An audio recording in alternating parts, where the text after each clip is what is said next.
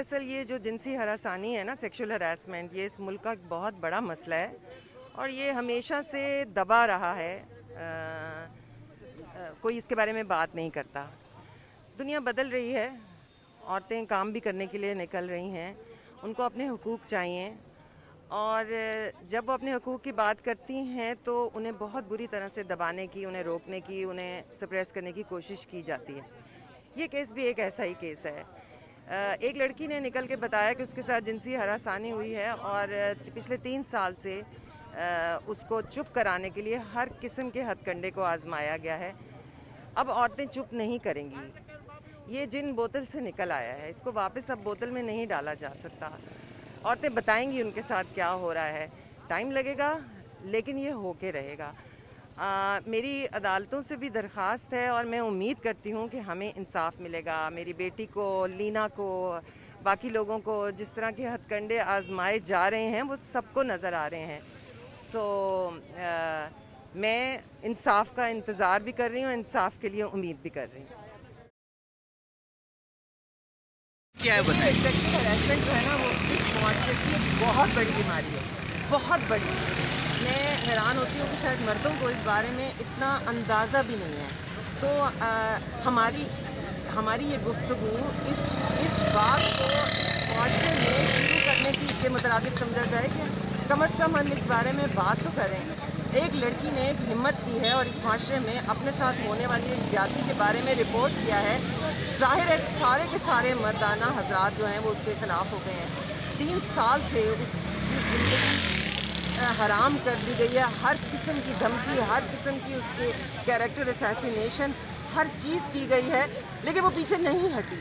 तो अब वक्त आ गया है कि मर्दों को इस बारे में सोचना भी चाहिए कि औरतें क्या कह रही हैं। ये ऐसा मसला नहीं है कि जो कोई छोटा मोटा है या 1% है या 2% है या 90% है इस मुल्क में, बल्कि 99% औरतें जिनसी तौर पे हरासा होती हैं और इस वक्त आ गया है कि इसके बारे में बात की जाए। We want justice! We want justice! We want justice!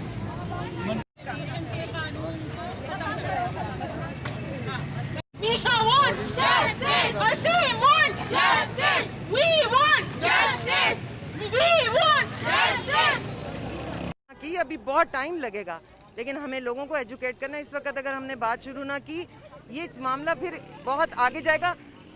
बात यह है कि देखें, एक स्टेप होता है आंखों से घूरना, सीटी बजाना, गंदा इशारा करना, गंदा जुमला कह देना, जिस्मानी तौर पे हाथ लगा देना, छेड़ लेना, इवेंचुअली रेप। तो हम सिर्फ रेप को ही बुरा समझ रहे हैं, लेकिन ये फ्रॉम 1 to 10, नंबर 1 ये हरासानी है, जिनसी हरासानी है, और फिर नंबर 10 पे रेप है। आपको ये चीज़ें ख़त्म करनी है कि नहीं करनी? कि लोग छोटे छोटे बच्चियों को नहीं छोड़ रहे। हमें इस माशरे में और उसका तरीका फांसियाँ और हाथ काटना और नहीं है। उसका तरीका इस बारे में बात करना है, लोगों को बताना है कि ये गलत है, ये चीज़ गलत है। मैं आपको सच बता रही हूँ, ज़्यादातर लोगों को ये पता ही नहीं है कि जिनसी तौर पे हरासा औरत को करना गलत है। अपनी माँ का, अपनी बहन का नहीं, आपको सब ख़वातीन का ख्याल करना। मुआशरा ऐसे नहीं बनता, मुआशरे ऐसे तरक्की नहीं करते। अगर आप मुल्क की 50% आबादी को ऐसे देखेंगे जैसे कि वो घटिया लोग हैं, तो सिन्फ है, तो ये मुल्क तरक्की नहीं कर सकेगा। आप हिस्ट्री में देख लें, वो मुल्क तरक्की किए हैं जिन्होंने अपनी औरत की इज्जत की और अपनी औरत को काम करने का माहौल फराहम किया है। अगर आप 50% आबादी को काम करने का अच्छा माहौल फराहम नहीं करेंगे, ये मुल्क तरक्की नहीं करेगा।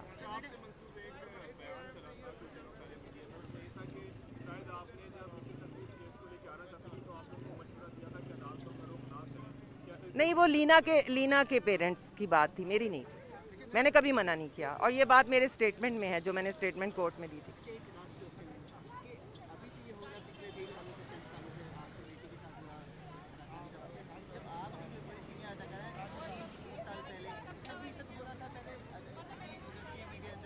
आई एम सॉरी कि मैं ये थोड़ी सी क्रूड बात करूंगी। ये बात आप अपने घर की खवातीन से पूछें, आप अपनी अम्मी से पूछें, अपनी वाइफ से पूछें, अपनी बहनों से पूछें, बड़ी बहनों से पूछें और छोटी बहनों से भी पूछें, आपको पता लग जाएगा। क्योंकि 99.9% औरतें इस चीज़ से गुजरती हैं, और इस वक्त अगर हमने इस बारे में बात शुरू ना की, अभी बहुत टाइम लगेगा, लेकिन हमें लोगों को एजुकेट करना है। 3-4 तंजीमों ने इसको ऑर्गेनाइज़ किया था, मुझे तो ट्विटर से पता चला तो मैं आ गई इनके साथ।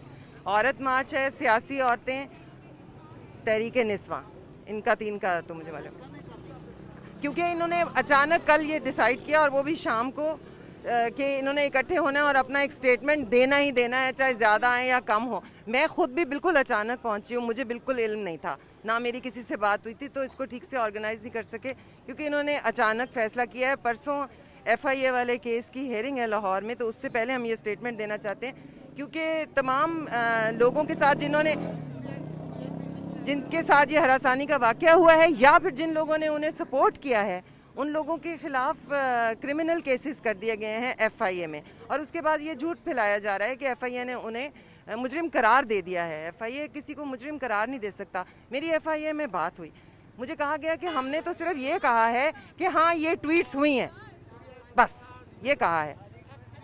ये FIA के लोग कहते हैं कि हमारा केस तो ये कि हाँ जी ये ट्वीट्स हुई हैं, हमने तो यही साबित करना था।